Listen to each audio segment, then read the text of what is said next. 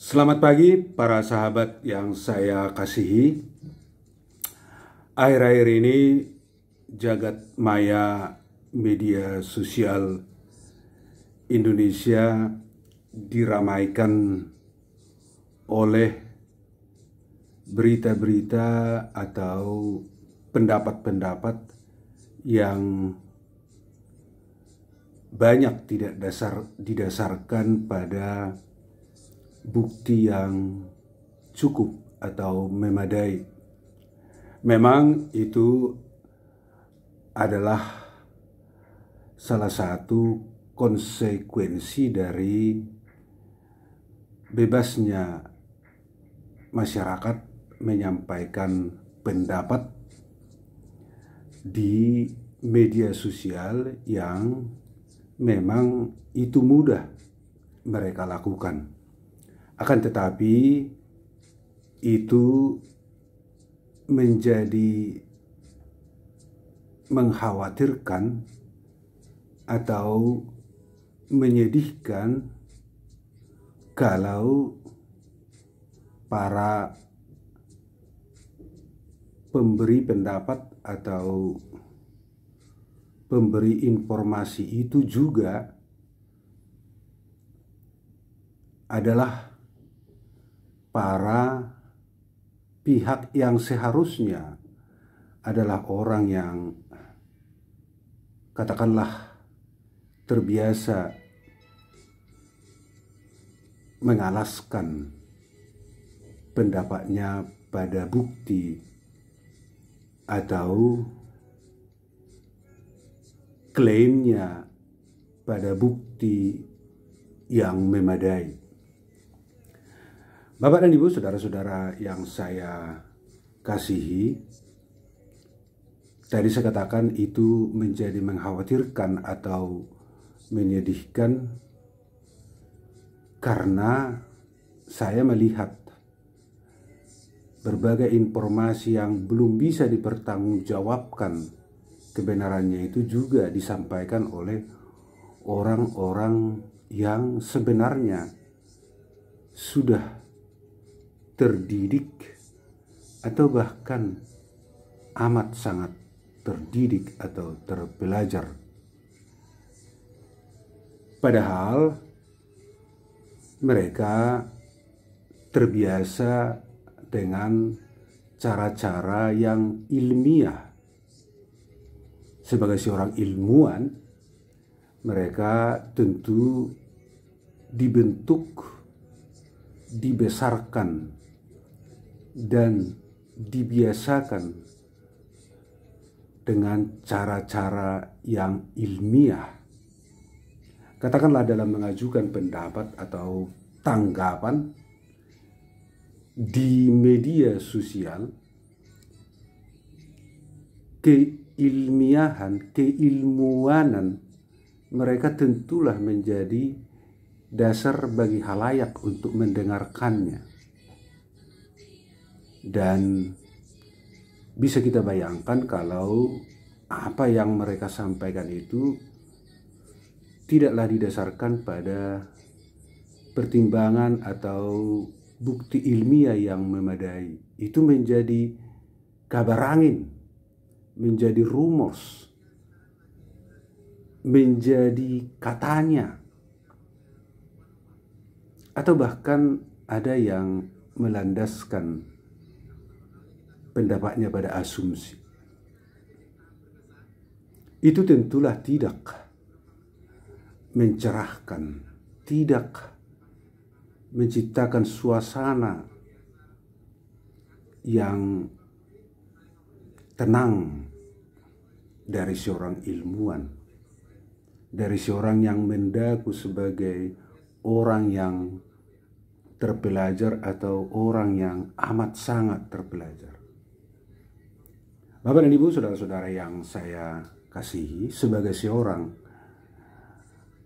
yang terpelajar ilmuwan, mereka dengan sendirinya tergabung dalam apa yang disebut sebagai norma,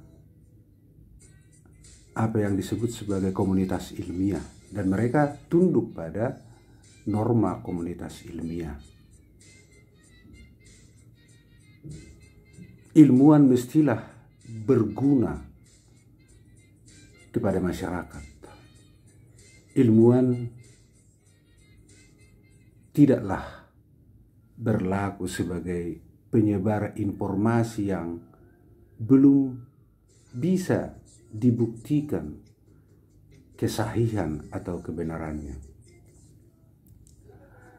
Terkait dengan kebergunaan itu, ada dua macam kebergunaan seorang ilmuwan, baik sebagai akademisi, sebagai peneliti, atau ilmuwan bidang lainnya.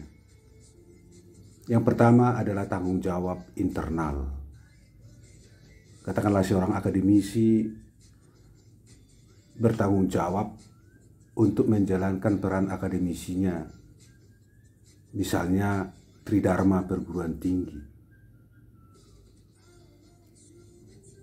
Mereka bertanggung jawabkan untuk mengembangkan ilmu pengetahuan dan ilmu-ilmu praktis terkait dengan bidangnya.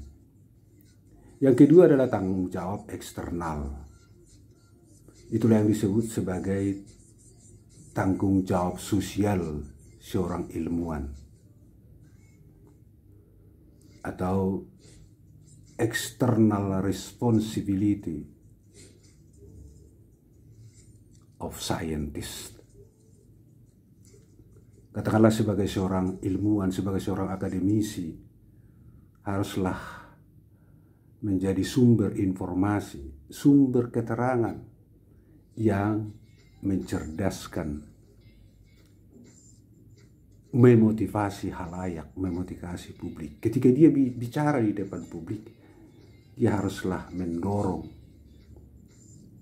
peningkatan perolehan informasi yang benar. Dia harus memotivasi masyarakat, mencerdaskan masyarakat. Dia haruslah orang yang kontributif, bukan destruktif. Itulah tanggung jawab sosial sebagai seorang ilmuwan. Oleh karena itu, Mark Frankel, Direktur Tanggung Jawab Sosial, Hak Asasi Manusia dan Program Hukum dari the American Association of Advancement of Science, mengatakan bahwa dimanapun seorang ilmuwan berada, di komunitas manapun dia berada, bahkan komunitas yang jauh daripadanya, dia harus menjadi sumber pemberi motivasi, pencerdas halayak. Karena untuk itulah dia sebagai ilmuwan mewujudkan kebergunaannya. Pertimbangannya dalam memberikan pendapat adalah kemaslahatan halayak. Sebagai ilmuwan, mereka juga adalah cendekiawan. Cendekiawan, seperti kita ketahui, berasal dari kata Chanakya. Chanakya adalah seorang penasehat dari Maharaja Chandragupta pada kerajaan Maurya, kerajaan Hindu kuno di India, yang konon menurut berbagai sumber Chanakya adalah orang yang menasehati dengan arif dan bijaksana.